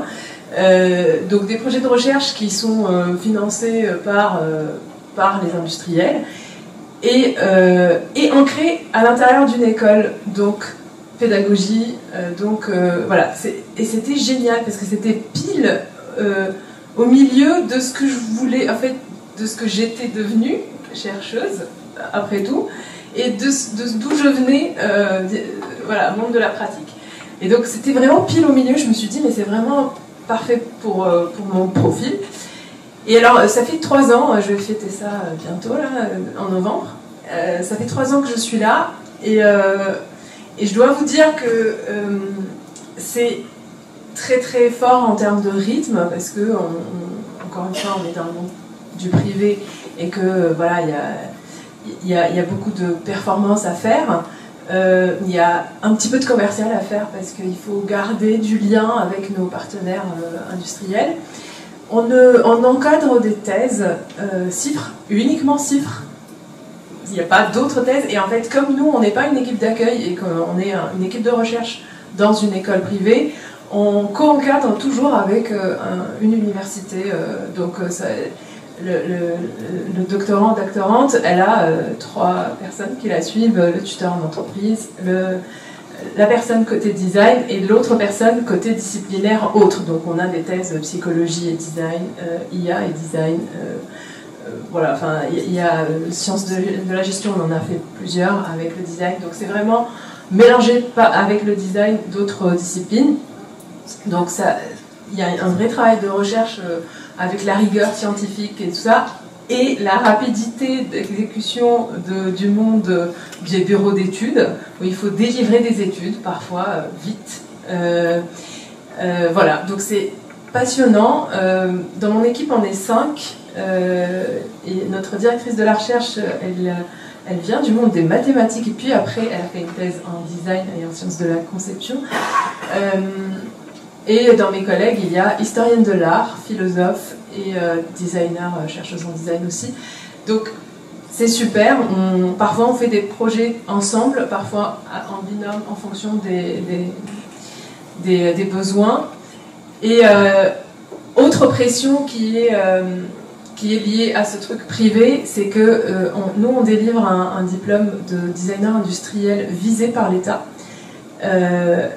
Avec un titre RNCP, donc on est sous à la fois le ministère de l'enseignement et de la recherche qui dit à quel point vous êtes bon en recherche, à quel point vous avez un niveau académique que vous défendez, et le ministère de l'industrie qui dit à quel point ils sont employables les gens que vous sortez, et les compétences doivent être hyper pratiques. Donc on est dans cette schizophrénie.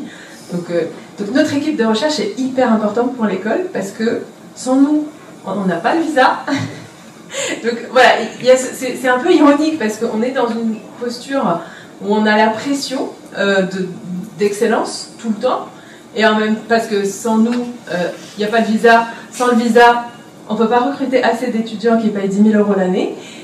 Voilà, donc pour nos investisseurs, les grands monstres, on est important juste pour ça. Ils nous donnent quand même pas mal de liberté sur les sujets, sur quoi vous faites les recherches, c'est votre affaire. Hein. Nous, on veut de la rentabilité. Voilà. Donc ça, c'est super.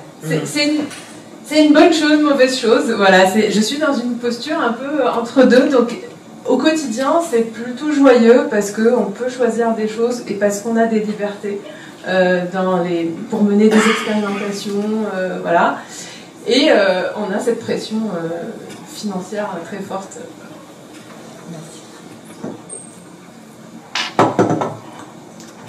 Personnellement, je pense que quitter le système universitaire après 7 ans, c'est compliqué de l'envisager, surtout parce que je connais une émulation autant au niveau de l'enseignement que de la recherche, puisque les projets continuent. Donc c'est vrai que je souhaite rester dans le milieu universitaire. Et voilà, j'ai conscience de la conjoncture qui est compliquée pour tous. Et ça m'a rassuré ce qu'a dit Nathalie tout à l'heure, puisque même les titulaires connaissent des tempêtes. Donc c'est plutôt rassurant quand même. Je suis obligée de vous précipiter un peu parce que si on veut au moins une ou deux questions, allez-y. Voilà. Oui, j'ai oublié de dire tout à l'heure que j'ai fait ma thèse aussi avec une fille à bas âge, 2 ans, 1 an et demi, que pendant la thèse j'ai travaillé à plein temps en tant que PRCE, donc professeur certifié ici au DEFL, et puis que pendant la thèse j'ai eu une aggravation de mon état de santé, je suis malvoyante. Voilà. Donc tout ça pour vous dire que voilà, ça a été assez mouvementé, mais comme tout le monde en même temps. Et pour revenir au devenir que j'envisage, bon, je vous ai dit tout à l'heure rapidement que je suis MCM stagiaire depuis septembre, donc je suis évidemment très contente, mais cette publication en fait a été comment dire, une publication charnière parce que aussi bien je crois Anaïs que moi, nous nous sommes aperçus des parcours des personnes en situation de handicap qui sont très, très différents. On a 2 cas, c'est-à-dire qu'Anaïs, elle est docteur qualifiée contractuelle, elle pourrait bénéficier, s'il y a des postes, bien sûr, c'est le même problème que pour tous, d'un poste fléché handicap, alors que moi, je ne pouvais pas, parce que j'étais fonctionnaire. Pour les fonctionnaires en situation de handicap, il n'y avait pas de concours spécifique, il y avait les concours plutôt classiques. Donc, le ministère, depuis 2 ans, a lancé un dispositif via la loi de transformation de la fonction publique dans son article 93 où il permettait une promotion par le détachement, donc une promotion ascensionnelle. Donc l'établissement a mis en place toute une procédure, donc toutes les instances ont bien travaillé, sauf qu'au moment où le ministère devait ouvrir une ligne, ça n'a pas été fait parce qu'ils ont interprété la loi différemment. Bon bref, tout ça pour vous dire que j'ai dû passer un concours plutôt classique et qu'il y a des choses à faire encore dans ce sens-là. Bien sûr, pour les postes, tous les postes, pour tous les collègues, parce que on est censé aussi voilà, avoir un débouché et puis être heureux dans ce qu'on fait. Mais que voilà, pour le handicap, c'est vrai que nous, personnellement, je parle en mon nom peut-être, je ne sais pas si Anaïs partage mon avis, c'est vrai qu'il y a beaucoup de stigmatisation, c'est-à-dire que voilà, des fois on n'ose pas dire bon ben écoutez, il y a une formation mais c'est pas forcément adapté, il faut faire ci, il faut faire ça. Bon, maintenant on le dit, il n'y a pas de problème, et donc l'institution est très bien sensibilisée au handicap et je pense qu'un peu partout, et si les gens ne le sont pas, nous on fait le travail, voilà. Donc merci pour cette opportunité. Merci.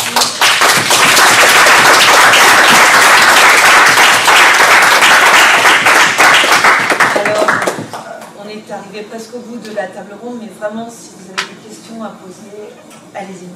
Alors peut-être qu'il faudrait... Oui, il y a un micro là. Ah, parfait. Merci. Bien, monsieur là. Oui. D'accord. Je m'appelle William Devio, je suis pianiste, concertiste, conférencier, je suis personne en situation de handicap. En l'occurrence, je suis également surpris d'entendre parler de cette thématique ici. Je suis entré quand j'ai entendu le titre « Comment l'université broie des jeunes chercheurs ». Et en février, j'étais à l'origine d'un reportage intitulé « La fac est une machine à broyer ». C'était sur France 3 Aquitaine à propos d'étudiants en situation de handicap qui sont parfois broyés par l'université. Et j'avais fait un concert de piano pour eux. D'ailleurs, je viens de publier un livre de témoignages, notamment à propos d'autisme dans ce contexte.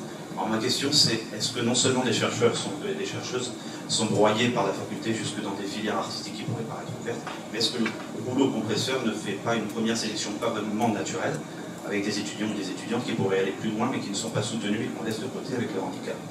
Et la question, est-ce que des personnes en situation de handicap que l'on convie parfois à des cours, pour faire le cours parfois là-bas, le professeur qui fait témoigner une personne dans le contexte qui peut être intéressant pour des élèves qui sont par exemple dans des filières sociales, et ces personnes-là étant intervenantes peut-être en tant que formateurs, peuvent se défendre quand elles ne sont pas payées. Je ne pense pas forcément à l'université de Bordeaux, parce que je n'ai pas d'exemple à cet égard-là, aucune accusation détournée, mais par exemple à d'autres instituts comme l'IRTS. Voilà. Oui, pardon. La première question, vous avez parlé trop vite, ou je ne sais pas.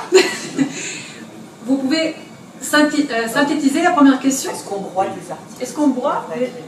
Est-ce que non seulement des chercheuses, des chercheurs sont broyés par la faculté, pour ce qui me concernait, justement des filières artistiques qui pouvaient paraître ouvertes, oui. Mais est-ce que le rouleau compresseur ne passe pas d'abord avant avec des personnes qui pourraient devenir chercheuses ou chercheurs, oui. Mais qui sont des étudiants qui s'arrêtent plus tôt dans leur parcours parce que, comme vous le voyez, peut-être ils sont trop émotifs, ils n'ont pas forcément la charge mentale pour supporter quelque chose qui va être pérenne, dès que déjà des chercheurs comme vous n'arrivent pas forcément après leur doctorat à faire. Alors, voilà, je viens de publier d'ailleurs un livre qui s'appelle Journal d'un Asperger, un monde dans ma bulle de verre, où je fais référence à ça de façon un peu rétrospective. Mais ça, c'est en général. Pardon, je ne sais pas si ça marche. Ça marche? Ça, c'est en général, c'est pas forcément les personnes en situation de handicap, là, la première question. En particulier, donc. En particulier, le handicap est absent. Oui, ben, je peux vous parler. Ah, pardon. Voilà. Oui, merci. Je peux vous parler de mon expérience personnelle, et puis peut-être qu'Anaïs va compléter. Je pense que, voilà, tout à l'heure, par exemple, pour vous donner un exemple de la vie de tous les jours, donc on était au restaurant, on est rentré, donc Anaïs avec son fauteuil et moi avec ma canne, j'ai une canne, et donc la rue je disais à Anaïs tout à l'heure, je vais interpeller le maire de Pessac quand je vais le voir la prochaine fois, parce qu'on ne peut pas rouler, on roulait sur la rue toutes les deux, donc les voitures, donc je veux dire, est-ce que nos sociétés sont prêtes à accueillir les personnes avec leurs particularités, nos sociétés, nos villes, nos universités. Et voilà, je pense qu'on fait au mieux. Personnellement, je pense que je ne serais pas là sans le soutien du Pôle handicap. À chaque fois que j'ai l'occasion, je le dis et je le redis. C'est-à-dire, je ne pourrais pas, j'habite à Cestas, je ne peux pas venir travailler parce qu'il n'y a pas de moyens pour venir directement. Donc, s'il n'y avait pas le transport, je ne pourrais pas. Donc je peux dire à titre personnel, mais je connais d'autres personnes en situation de handicap, étudiants et personnels, qui sont accompagnés. Bien sûr, je pense qu'il y a toujours des améliorations à faire et que l'institution, disons, c'est déjà assez rude pour tout le monde, pour les personnes qui n'ont pas de problème de santé, parce que là on parle de problèmes de santé finalement. Donc pour nous, qui sommes peut-être plus vulnérables, plus fragiles par moment, mais pas toujours, parce qu'on peut être teigneux aussi. Voilà. Pour nous, les choses sont plus difficiles. La charge mentale, elle est quotidienne. Moi, je parle avec mes collègues, je dis, vous décidez aujourd'hui de mettre une réunion demain matin, je ne pourrais pas être là. Donc, il y a des moments où on peut se sentir pas discriminé, mais en fait, on sent que, voilà, on tient compte de la majorité, et ben, voilà, on est comme ça, dans une ville, dans une université, dans une démocratie. Je pense que... il faut y croire, il faut s'imposer, il faut parler. Des fois, on a honte, on a peur. À un moment donné, on s'est dit aussi, est-ce qu'on met nos noms? Ben oui, on met nos noms, il n'y a pas de problème. Mais on sentait aussi une bienveillance, c'est-à-dire de l'institution et bien sûr de la publication. Donc je vous laisse parler Anaïs, je ne sais pas si tu veux... moi, je peux dire sensiblement la même chose. Je trouve que l'université Bordeaux-Montaigne et le Pôle handicap est très sensible à ces questions et cherche toujours à se former pour justement faire face à ce type de public et à les inclure comme des personnes totalement normales. Donc on ne peut pas avoir un discours en demi-teinte concernant l'université Bordeaux-Montaigne parce que moi j'étais étudiante avant d'être enseignante ici et je peux témoigner des deux côtés à présent et vous dire que j'ai toujours été très satisfaite de tout ce qui a été mis en place pour compenser ma situation de handicap, que ce soit sur le plan logistique, personnel ou professionnel. Je ne sais pas si on répond à la question. Merci. On va... Bonjour, vous m'entendez? Bonjour à toutes et à tous. Je voudrais saluer un hommage de William. On n'entend pas. Ça fait chaud. Je ne sais pas si tu te souviens de moi, mais. Donc, effectivement, je pense que William a ouvert la brèche vers quelque chose d'extrêmement fondamental pour moi, parce qu'on est à peu près pas exactement dans la même situation, mais je suis aussi diagnostiqué autisme Asperger. Et j'ai rencontré des difficultés extrêmes, pas avec l'institution universitaire, paradoxalement, avec les gens. Parce que les gens ne savent pas ce que c'est que l'autisme Asperger, ne savent pas ce que c'est être hyper émotif, ce que c'est qu'une surréaction, ce que c'est qu'une colère d'Asperger, ce que c'est qu'un monologue d'Asperger, ce que c'est qu'une dépression Asperger, ce que c'est que... ou PSA. Maintenant on dit spectre de l'autisme, on n'utilise plus vraiment le terme Asperger, même si pour faire plus simple, sinon on rentrerait dans une épistémologie de la psychiatrie, une psychopathologie qui serait intéressante à faire d'ailleurs, que j'essaye de décrire en partie, mais que le professeur Steve de Mazou aborde en partie. Donc moi aussi, effectivement, je reprendrai ce que vous avez dit à propos de l'université. J'ai la chance de faire un contrat doctoral financé avec ma RQTH et d'intervenir dans le master soins éthique et santé, notamment sur l'épistémologie de la psychiatrie.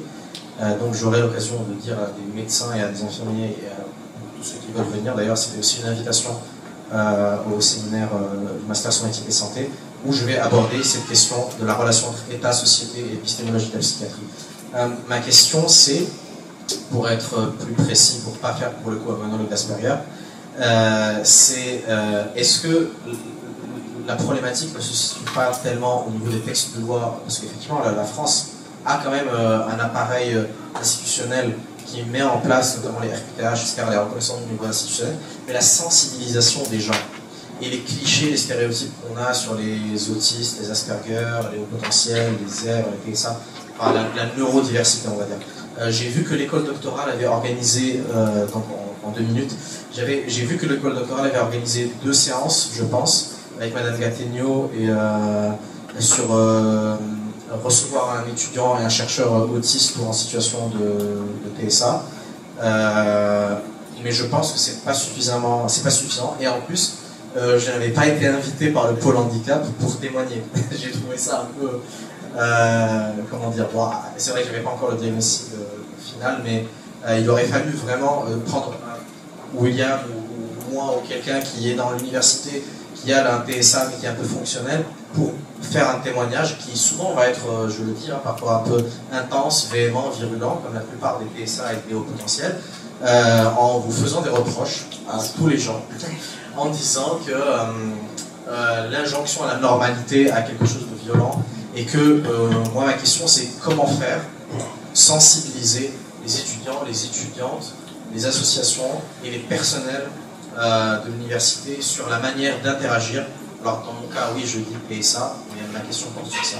Je pense que vous répondez vous-même à la question en faisant de la sensibilisation, en nous racontant ce que vous vivez au quotidien déjà, et je pense que vous avez raison, la loi est là, et c'est l'homme ou la femme, hein, ce sont les êtres qui l'interprètent selon les circonstances et selon aussi la connaissance qu'ils ont des problématiques qui nous touchent.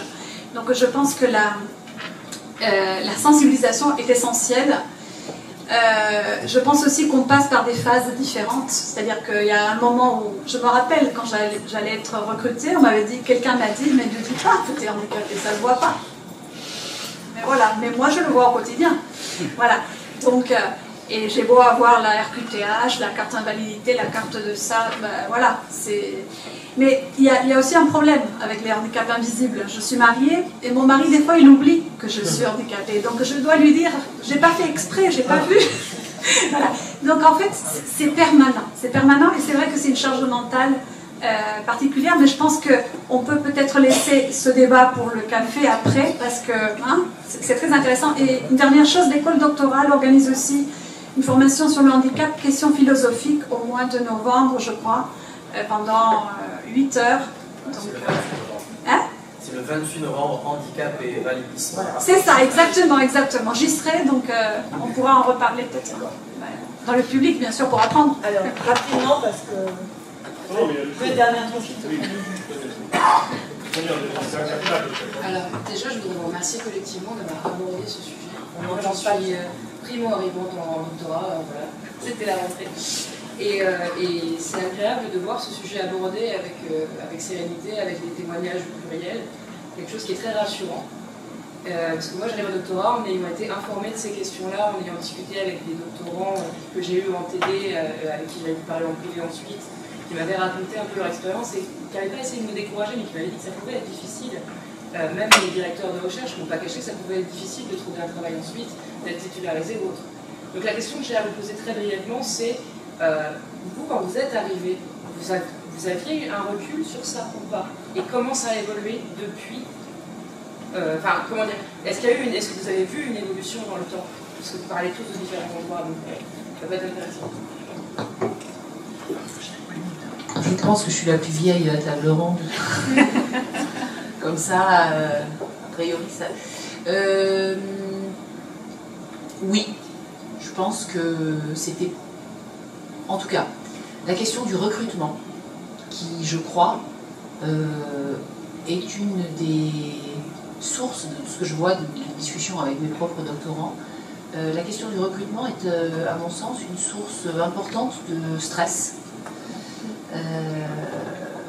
Et je crois que la situation s'est aggravée. La situation s'est aggravée, je pense, par rapport à ma génération. Moi, j'ai soutenu ma thèse en 1997.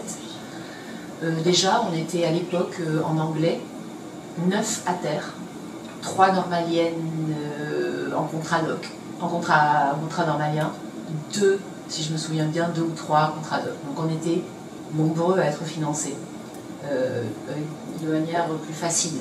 Par exemple, moi j'étais à terre, on demandait le poste à terre une fois, on l'avait pendant 3 ans. Voilà. Donc ça, en termes de stress, de refaire chaque fois les démarches, le ratio candidat, non. Le ratio bon candidat, nombre de postes, était meilleur à l'époque. Je pense qu'il y avait peu de... alors c'est très général, ça a dépendu des disciplines, etc. Donc je pense que oui, la situation, il me semble que la situation, de ce point de vue, du point de vue du recrutement, s'est dégradée. Je pense aussi, c'est peut-être plus politique, plus militant et un peu en dehors de l'université, que la situation politique de notre pays s'est dégradée en 30 ans en termes de ce qui est demandé à l'université. Je pense qu'on demande beaucoup à l'université et à l'école d'ailleurs. Et on reporte sur l'université des incapacités et des dysfonctionnements qui sont réels, mais qui sont, à mon sens, qui ne relèvent pas d'aide. Parce que quand on accueille dans une université de sciences humaines et sociales, arts, lettres, langues, 70% d'une classe d'âge, pas des gens qui payent 10 000 € par an. Hein. Et moi, ceux-là, j'ai toujours envie de les avoir.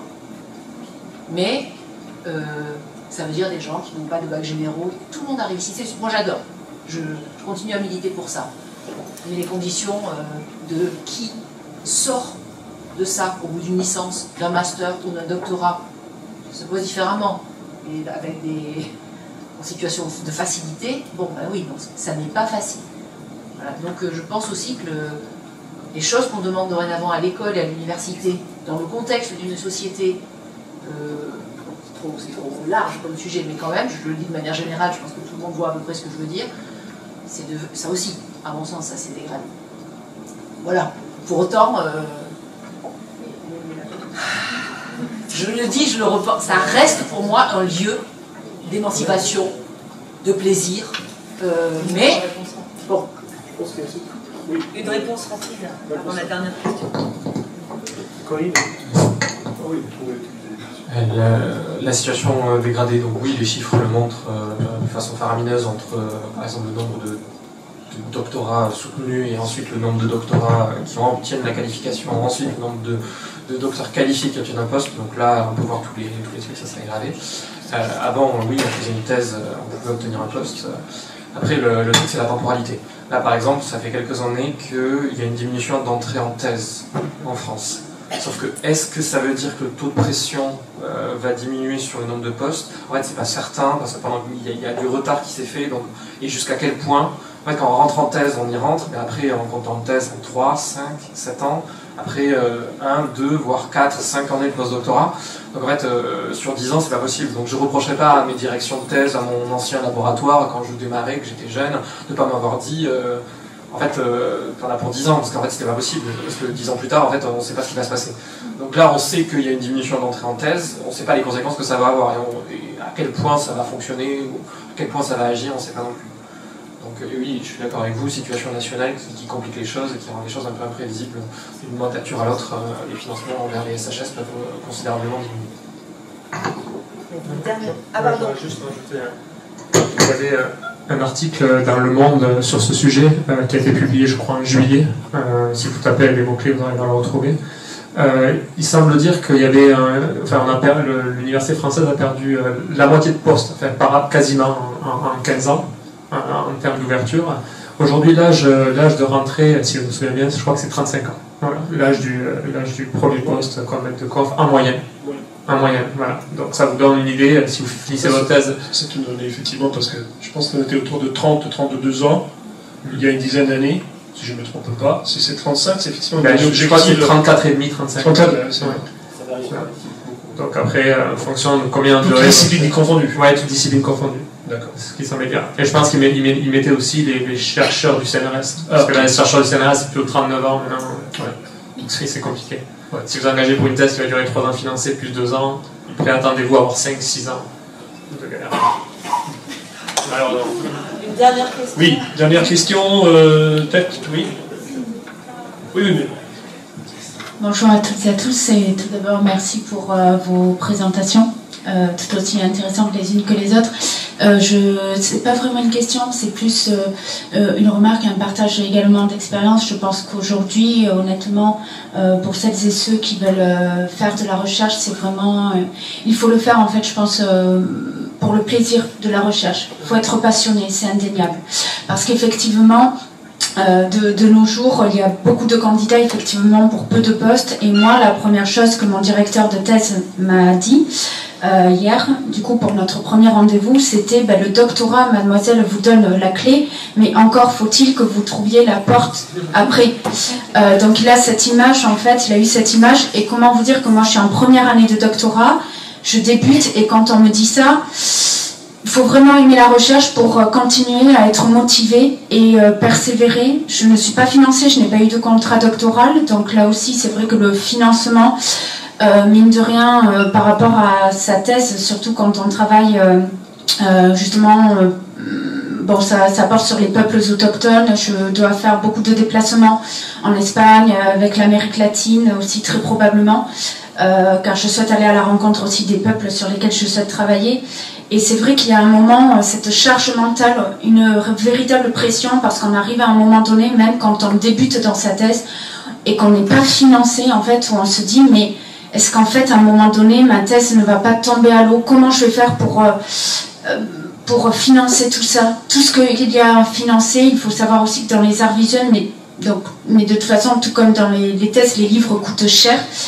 Il n'y a pas forcément, notamment les beaux livres, ce qu'on appelle les beaux livres en photographie, comme ma thèse porte sur la photographie, c'est plus de 50 €, c'est entre 50 € et 70 € l'ouvrage, et ils ne sont pas tous à la bibliothèque, par exemple Rigoberta Menchú, il faut les acheter auprès de la Fondation Cartier pour l'art contemporain.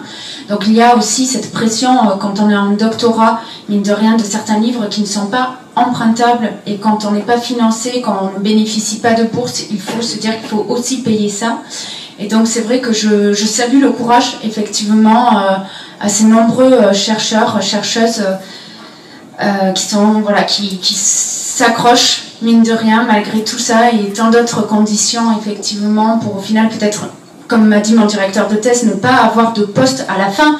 Il faut le savoir, et c'est une réalité, donc c'est bien qu'on nous le dise, mais ça peut aussi démotiver, donc voilà, faites-le en tout cas pour l'amour de la recherche.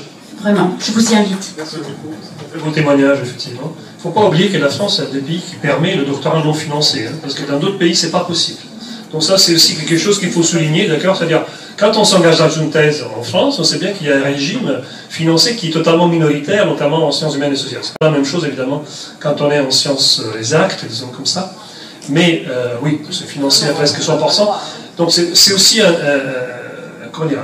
une prise de risque qui a toujours existé, je pense. Hein. Et c'est vrai que les conditions entre un thésard financé et un thésard non financé ne sont pas comparables de ce point de vue. Et on s'est souvent interrogé, donc quand on était à l'élection des écoles doctorales, il y avait une pression forte du ministère, on dit finalement il faut réduire au minimum, excusez-moi, donc le nombre de thèses non financées, parce qu'on sait bien que le taux d'échec, au niveau, les statistiques sont tout à fait évidentes de ce point de vue, le taux d'échec dans des thèses non financées est très très élevé. Donc effectivement, ça c'est une chose que j'ai voulu signaler simplement pour finir, c'est qu'en fait la qualité d'expérience de vie que Nathalie a décrit au début, c'est-à-dire que cette liberté qui est la nôtre et qui n'a pas de prix. Parce que, je fais un exemple, moi j'ai des amis qui ont fait Polytechnique ou Centrale et qui gagnent, donc moi je suis enfin, disons, presque pas en fin de carrière, donc au niveau d'échelle, disons, de carrière, ils gagnent le triple de ce que j'ai gagné, d'accord, mais ma liberté, évidemment, en tant qu'enseignant-chercheur, n'a pas de prix. Et je pense que ce n'est pas comparable en termes de qualité de vie avec quelqu'un qui est actuellement, je sais pas, donc, ingénieur et chef d'entreprise. Donc ça, c'est quelque chose d'essentiel. Et je pense que tout ça n'a pas de prix, mais ça a un prix. C'est-à-dire qu'en fait, la voie dans laquelle on s'engage en thèse est une voie périlleuse, et c'est une véritable aventure. Probablement sa dernière aventure dans le monde moderne. Il fait partie de choses que, bon, il y a plein de choses que l'on ne maîtrise pas. Quand on s'engage dans cette voie-là, c'est une voie périlleuse, qui à la fin, donc, a ce truc-là, c'est-à-dire bénéficier de quelque chose, d'un statut, d'une qualité encore, de comptable, qui n'a pas d'équivalent dans le monde dans lequel on vit. Et je pourrais dire autre chose sur le spatrier, mais je ne le dis pas, mais je dirais qu'en fait, je ne sais pas quelle est la patrie d'un chercheur qui ne correspond pas à la nation. Moi, dans mon cas, non. Ma patrie ne correspond pas à ma nation. Et j'ai passé 3 semaines en Argentine, j'étais au CONICET à Buenos Aires, et j'ai découvert une autre patrie là-bas aussi. Et j'ai beaucoup de nostalgie à l'égard de cette patrie-là. Donc j'estime qu'en fait, la patrie d'un chercheur ne correspond pas à sa nation. Et j'estime qu'aussi que les chercheurs français sont souvent trop hexagonaux. Et qu'il y a beaucoup d'opportunités à l'étranger qu'il faudrait saisir. Alors je suis italien, je fais partie d'une sorte de...